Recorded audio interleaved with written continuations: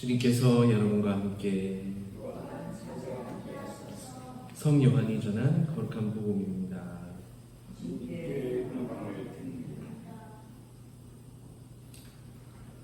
예수께서 이 말씀을 하시고 나서 몹시 번민하시며 정말 잘 들어두어라. 너희 가운데 나를 팔아넘길 사람이 하나 있다 하고 내놓고 말씀하셨다. 제자들은 누구를 가리켜서 하시는 말씀인지를 몰라 서로 쳐다보았다. 그때 제자 한 사람이 바로 예수 곁에 앉아 있었는데 그는 예수의 사랑을 받던 제자였다. 그래서 시몬 베드로가 그에게 눈짓을 하며 누구를 두고 하시는 말씀인지 여쭈어보라고 하였다. 그 제자가 예수께 바싹 다가앉으며 주님 그게 누굽니까 하고 묻자 예수께서는 내가 빵을 적셔서 줄 사람이 바로 그 사람이다 하셨다. 그러고는 빵을 적셔서 가리오 사람 시몬의 아들 유다에게 주셨다. 유다가 그 빵을 받아 먹자마자 사탄이 그에게 들어갔다. 그때 예수께서는 유다에게 네가 할 일을 어서 하여라 하고 이르셨다. 그러나 그 자리에 앉아있던 사람들은 예수께서 왜 그에게 이런 말씀을 하셨는지 아무도 몰랐다. 유다가 돈주머니를 맡아보고 있었기 때문에 더러는 예수께서 유다에게 명절에 쓸 물건을 사오라고 하셨거나 가난한 사람들에게 무엇을 주라고 하신 줄로만 알았다. 유다는 빵을 받은 뒤에 곧 밖으로 나갔다. 때는 밤이었다. 유다가 나간 뒤에 예수께서 이렇게 말씀하셨다. 이제 사람의 아들이 영광을 받게 되었고 또 사람의 아들로 말미암아 하느님께서도 영광을 받으시게 되었다. 하느님께서 사람의 아들로 말미암아 영광을 받으신다면 하느님께서도 몸소 사람의 아들에게 영광을 주실 것이다. 아니 이제 곧 주실 것이다. 주님의 복음입니다.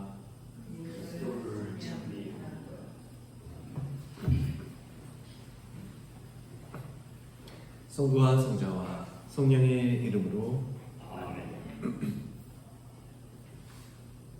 오늘 들으신 요한복음에는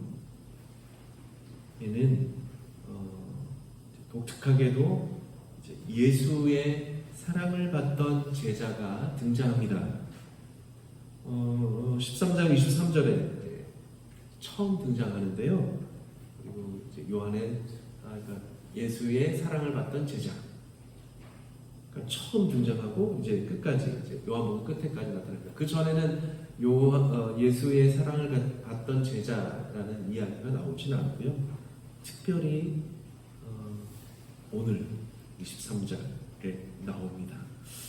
12제자 가운데 누구인지 정확한 이름은 나오지는 않습니다. 근데 전승에 의하면 복음을 쓴 사람 요한일 것이다.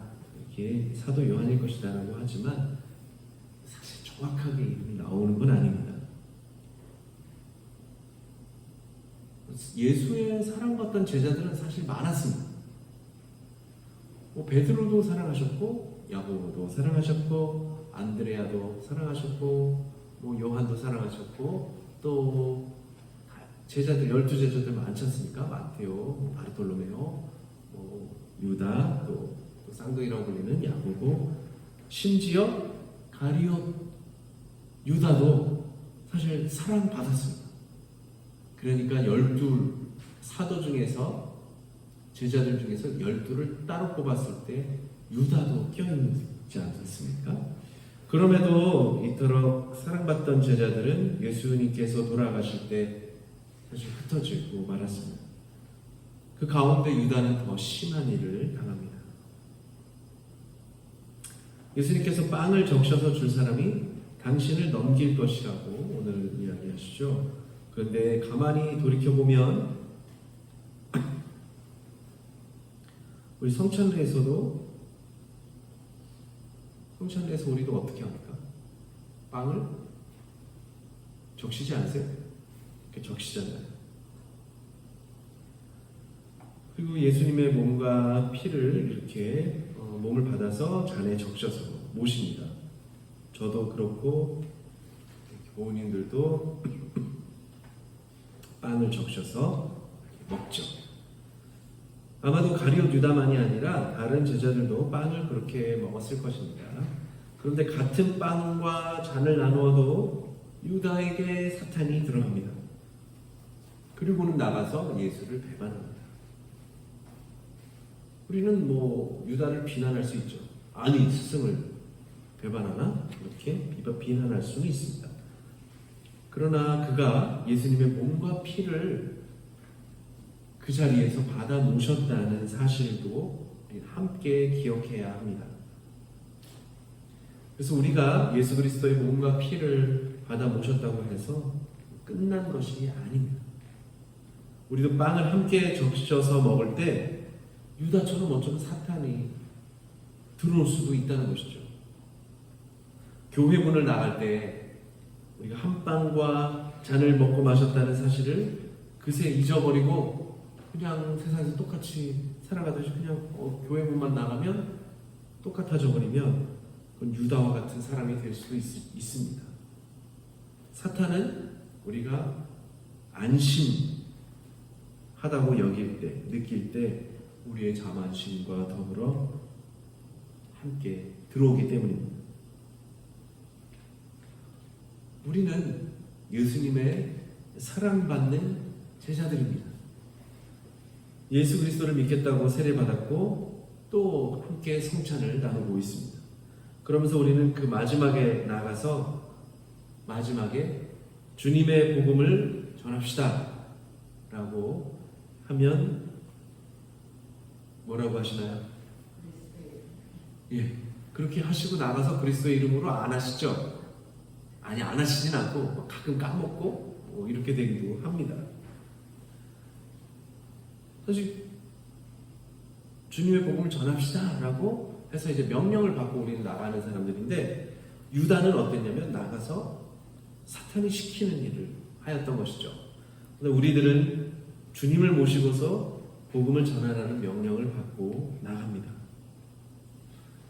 지난주에 강화교 세실대학에서 이제 강의를 하다가 이제 어떤 분에게 교회에 어떻게 오시게 되었냐고 이제 물었습니다.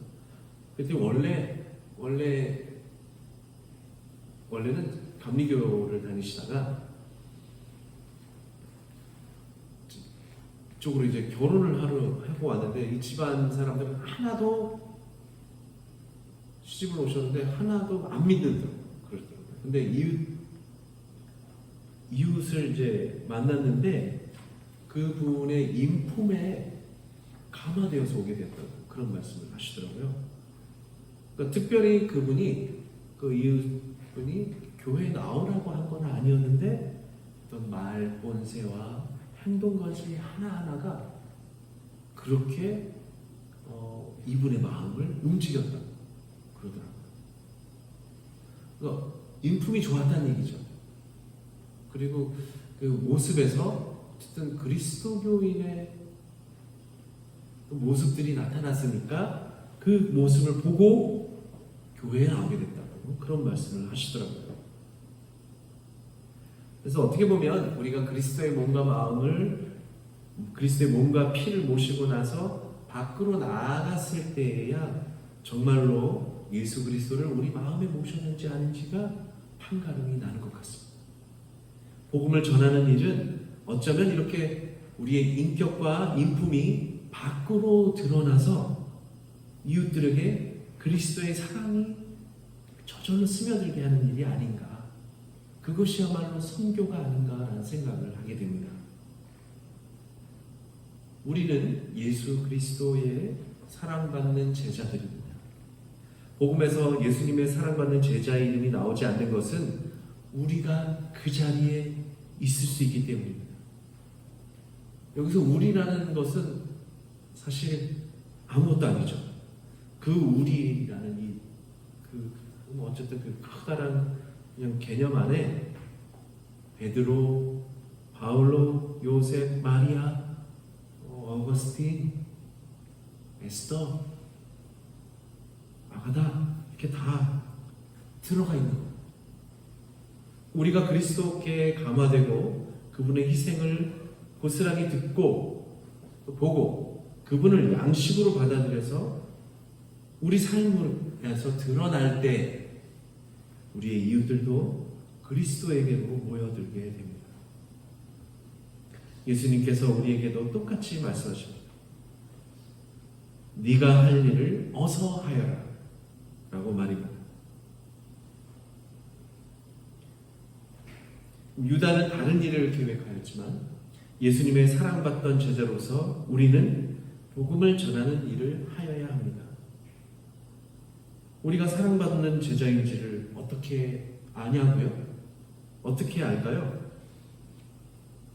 예수님의 제자들처럼 우리도 예수님의 뭔가 피를 받아 모시지 않습니까?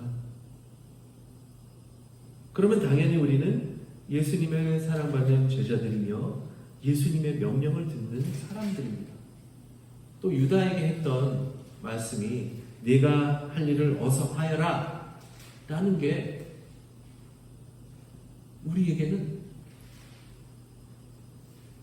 네가 할 일 무엇이냐? 복음을 전하는 일, 그 일을 어서 하여라 라는 말과 같습니다. 지금 우리는 주님의 지극한 사랑을 깨닫고 묵상하는 성주간을 지내고 있습니다. 주님이 주신 저 명령이 복음을 전하며 사랑으로 살아가기를 다짐합시다. 우리가 예수님의 사랑받는 제자임을 명심합시다. 우리가 주님의 사랑받는 제자라는 신원의식을 가지고 나가서 우리의 일, 복음을 전하고 선교하고 주님의 사랑을 이웃에게 스며들게 하는 일을 할 수가 있음을 되새깁시다. 성부와 성자와 성령의 이름으로